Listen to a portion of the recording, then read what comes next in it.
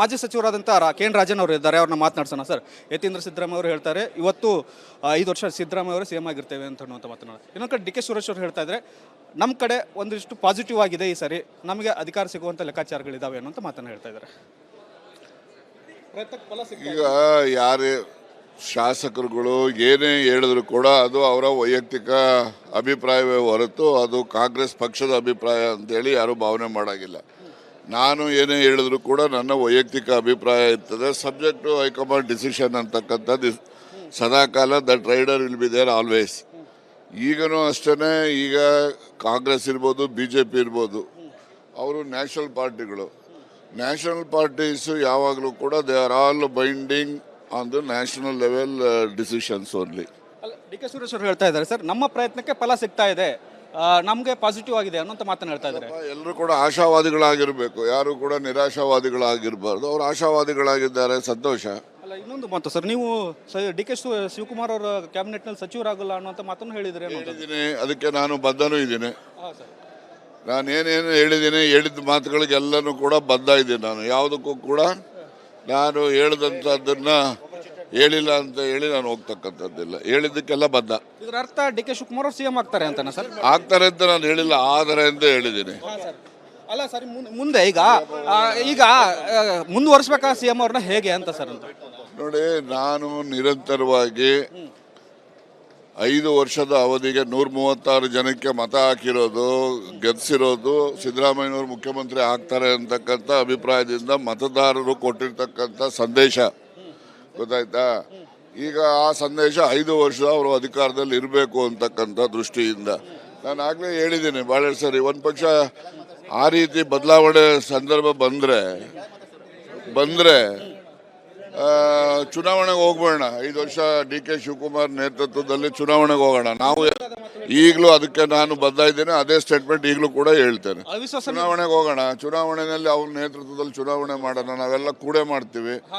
ಆನಂತರ ಚುನಾವಣೆಯಲ್ಲಿ ಬಹುಮತ ಬಂದರೆ 5 ವರ್ಷ ಮುಖ್ಯಮಂತ್ರಿ ಯಾರು ಆಗಬೇಕು ಅಂತಾರ ಅವ್ರು ಆಗಲಿ. ನೀವು ಕಾಂಗ್ರೆಸ್ನಲ್ಲಿ ಇರ್ತೀರಾ ಸರ್? ಆಗ ನಾನೇ ಕಾಂಗ್ರೆಸ್ ಬಿಟ್ಟು ಹೋಗ್ಲಿ? ನಾನು ನೋಡ್ರಿ, ಕೇಳಿ ನಾನು ಯಾವುದೇ ಕಾರಣಕ್ಕೆ ಮುಂದಿನ ಚುನಾವಣೆ ನಿಲ್ಲೋದವನಲ್ಲ ಗೊತ್ತಾಯ್ತಾ. ನನ್ನ ಮಗ ನಿಲ್ತಾನೆ, ಅವನು ಕಾಂಗ್ರೆಸ್ಸಲ್ಲೇ ನಿಲ್ತಾನೆ, ನಾನು ಕಾಂಗ್ರೆಸ್ಸಲ್ಲೇ ಇರ್ತೀನಿ ಸಕ್ರಿಯವಾಗಿ.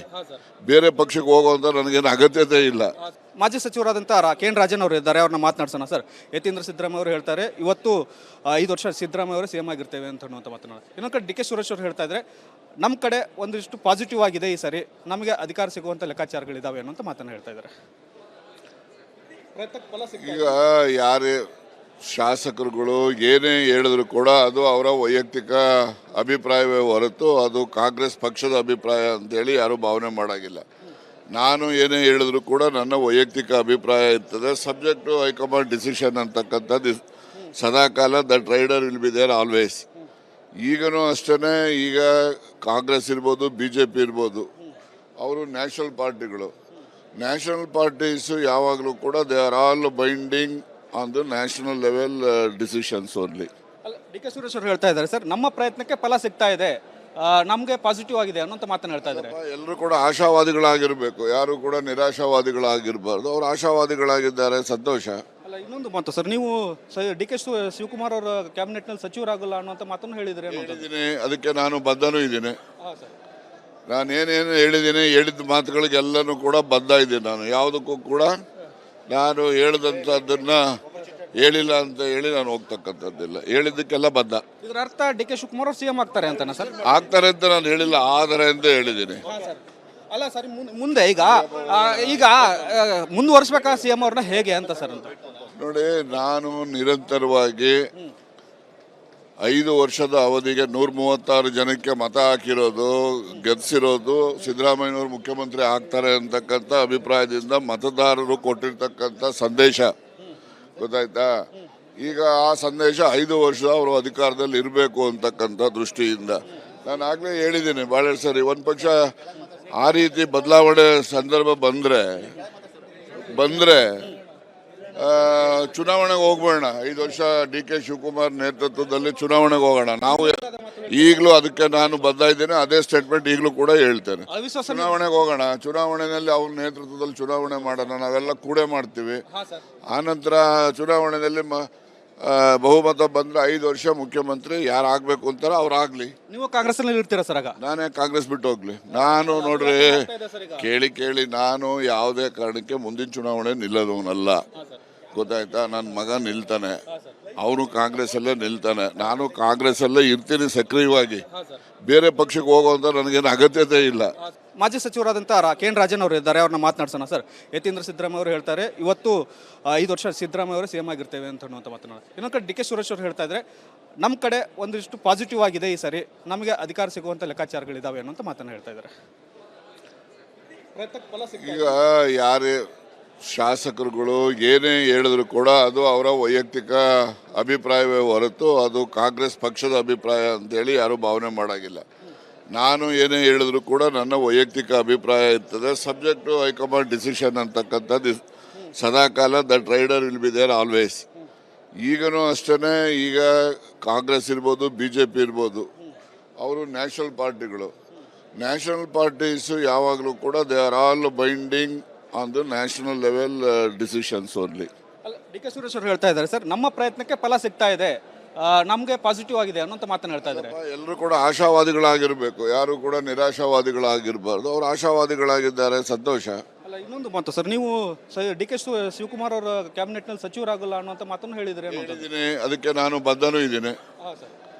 ನಾನೇನೇನು ಹೇಳಿದ ಮಾತುಗಳಿಗೆಲ್ಲನೂ ಕೂಡ ಬದ್ಧ ಇದ್ದೀನಿ. ನಾನು ಯಾವುದಕ್ಕೂ ಕೂಡ ನಾನು ಹೇಳಿದಂಥದ್ದನ್ನು ಹೇಳಿಲ್ಲ ಅಂತ ಹೇಳಿ ನಾನು ಹೋಗ್ತಕ್ಕಂಥದ್ದಿಲ್ಲ. ಹೇಳಿದ್ದಕ್ಕೆಲ್ಲ ಬದ್ಧ. ಇದರ ಅರ್ಥ ಡಿ.ಕೆ. ಶಿವಕುಮಾರ್ ಅವರು ಸಿಎಂ ಆಗ್ತಾರೆ ಅಂತನಾ ಸರ್? ಆಗ್ತಾರೆ ಅಂತ ನಾನು ಹೇಳಿಲ್ಲ, ಆದರೆ ಅಂತ ಹೇಳಿದ್ದೀನಿ. ಅಲ್ಲ ಸರ್, ಮುಂದೆ ಈಗ ಮುಂದುವರಿಸಬೇಕಾ ಸಿಎಂ ಅವ್ರನ್ನ ಹೇಗೆ ಅಂತ ಸರ್ ಅಂತ ನೋಡಿ, ನಾನು ನಿರಂತರವಾಗಿ 5 ವರ್ಷದ ಅವಧಿಗೆ 136 ಜನಕ್ಕೆ ಮತ ಹಾಕಿರೋದು, ಗೆದ್ಸಿರೋದು, ಸಿದ್ದರಾಮಯ್ಯನವರು ಮುಖ್ಯಮಂತ್ರಿ ಆಗ್ತಾರೆ ಅಂತಕ್ಕಂಥ ಅಭಿಪ್ರಾಯದಿಂದ ಮತದಾರರು ಕೊಟ್ಟಿರ್ತಕ್ಕಂಥ ಸಂದೇಶ, ಗೊತ್ತಾಯ್ತಾ? ಈಗ ಆ ಸಂದೇಶ 5 ವರ್ಷ ಅವರು ಅಧಿಕಾರದಲ್ಲಿ ಇರಬೇಕು ಅಂತಕ್ಕಂಥ ದೃಷ್ಟಿಯಿಂದ ನಾನು ಆಗಲೇ ಹೇಳಿದ್ದೀನಿ ಭಾಳ ಸರಿ. ಒಂದು ಪಕ್ಷ ಆ ರೀತಿ ಬದಲಾವಣೆ ಸಂದರ್ಭ ಬಂದರೆ ಚುನಾವಣೆಗೆ ಹೋಗ್ಬೇಡ. 5 ವರ್ಷ ಡಿ.ಕೆ. ಶಿವಕುಮಾರ್ ನೇತೃತ್ವದಲ್ಲಿ ಚುನಾವಣೆಗೆ ಹೋಗೋಣ. ನಾವು ಈಗಲೂ ಅದಕ್ಕೆ ನಾನು ಬದ್ಧ ಇದ್ದೇನೆ, ಅದೇ ಸ್ಟೇಟ್ಮೆಂಟ್ ಈಗಲೂ ಕೂಡ ಹೇಳ್ತೇನೆ. ಚುನಾವಣೆಗೆ ಹೋಗೋಣ, ಚುನಾವಣೆಯಲ್ಲಿ ಅವ್ರ ನೇತೃತ್ವದಲ್ಲಿ ಚುನಾವಣೆ ಮಾಡೋಣ, ನಾವೆಲ್ಲ ಕೂಡೇ ಮಾಡ್ತೀವಿ. ಆನಂತರ ಚುನಾವಣೆಯಲ್ಲಿ ಬಹುಮತ ಬಂದರೆ 5 ವರ್ಷ ಮುಖ್ಯಮಂತ್ರಿ ಯಾರು ಆಗಬೇಕು ಅಂತಾರೋ ಅವ್ರಾಗಲಿ. ನೀವು ಕಾಂಗ್ರೆಸ್ನಲ್ಲಿ ಇರ್ತೀರಾ ಸರ್ ಆಗ? ನಾನೇ ಕಾಂಗ್ರೆಸ್ ಬಿಟ್ಟು ಹೋಗ್ಲಿ? ನಾನು ನೋಡ್ರಿ, ಕೇಳಿ ನಾನು ಯಾವುದೇ ಕಾರಣಕ್ಕೆ ಮುಂದಿನ ಚುನಾವಣೆ ನಿಲ್ಲೋದವನಲ್ಲ, ಗೊತ್ತಾಯ್ತಾ? ನನ್ನ ಮಗ ನಿಲ್ತಾನೆ, ಅವನು ಕಾಂಗ್ರೆಸ್ಸಲ್ಲೇ ನಿಲ್ತಾನೆ, ನಾನು ಕಾಂಗ್ರೆಸ್ಸಲ್ಲೇ ಇರ್ತೀನಿ ಸಕ್ರಿಯವಾಗಿ. ಬೇರೆ ಪಕ್ಷಕ್ಕೆ ಹೋಗುವಂತ ನನಗೇನು ಅಗತ್ಯತೆ ಇಲ್ಲ.